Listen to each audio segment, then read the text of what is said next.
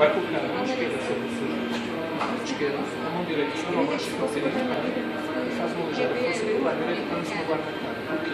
Eu vou pedir à prova, uma vez que aqui no máximo conseguir, vão mudar assim, e a dada altura, eu vou dizer, em cima da cadeira, e vem para trás. E nessa altura tenho de sentir uma ilusão qualquer muito estranha. Depois, logo me perguntamos, pode baixar a cadeira?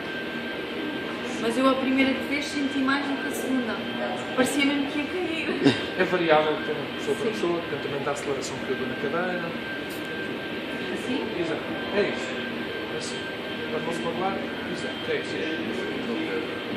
Vamos rodar à direita, não é? Direita. Eu tinha que fazer assim. Eu preciso de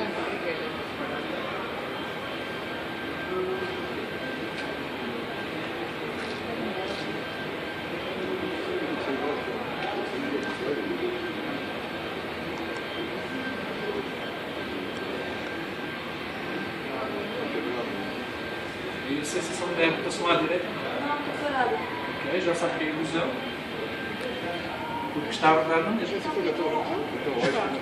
E agora é para este lado? Agora é para a esquerda. Para a esquerda, está bem. Estamos todos a ver que sim.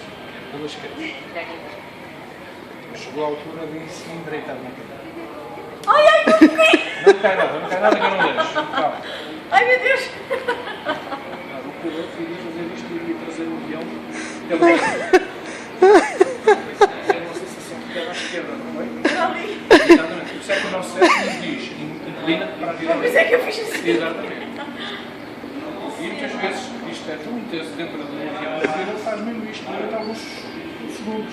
Fica ali inclinado com uma postura completamente estranha, só por causa destas acelerações e destas ilusões. Quando sentir uma pessoa que chegou e que já tocou o avião, pode levantar a cadeira. Menos pasta.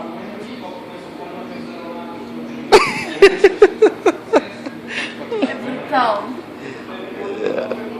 Conversa. Obrigada. Fazer Ele acho que fica mal disposto.